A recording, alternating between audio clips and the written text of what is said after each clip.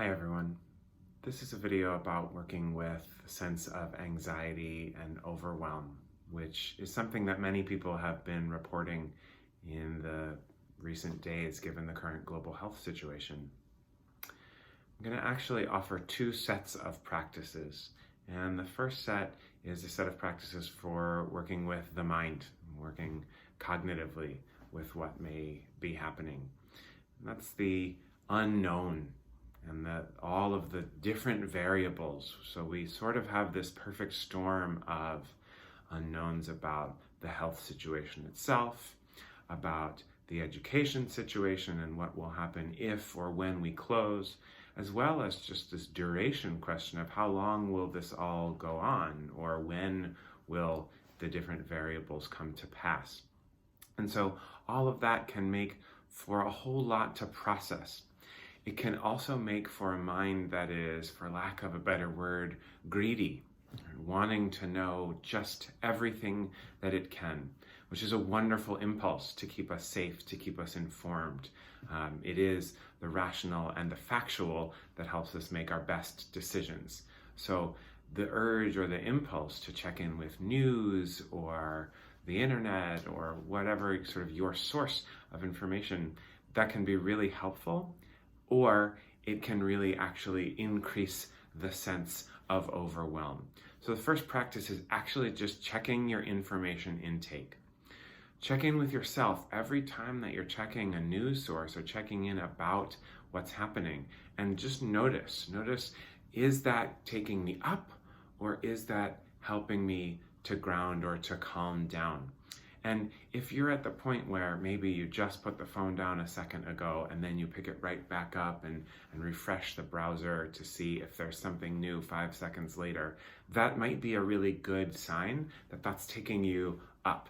I know that that certainly happens to me. And at that point, it's really best to take a break. It's best to pace ourselves, that we've already gotten the information that we need to know right now for this moment. And we'll come back to it later after we've given the system a little bit of a reprieve from the what's now, because that sense of kind of ping pong ball or, really just being bounced around by headlines that may or may not be there, may not be the most helpful thing for the system.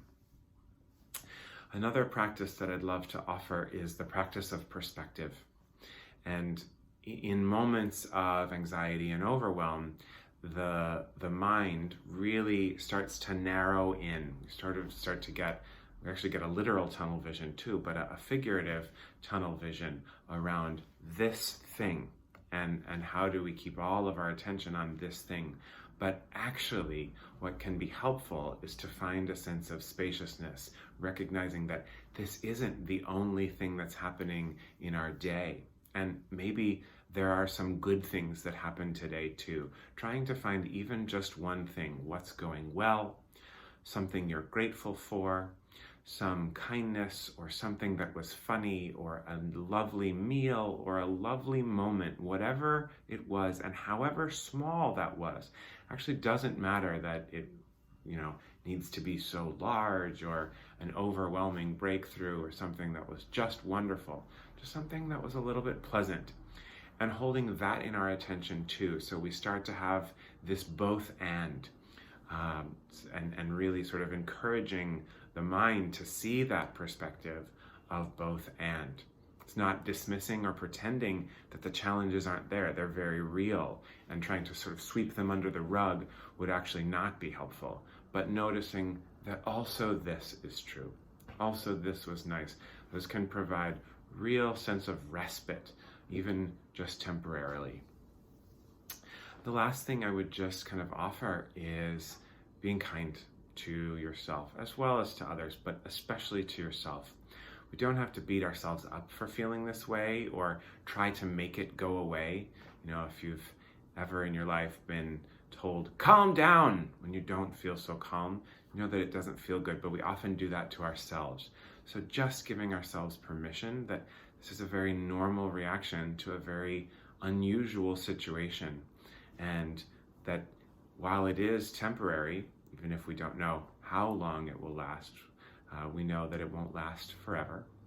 And while it's here, we can just offer some kindness, some self-compassion, as you would a child, who's also scared or frustrated. And just imagine really holding it with tenderness and kindness, because you deserve that as well.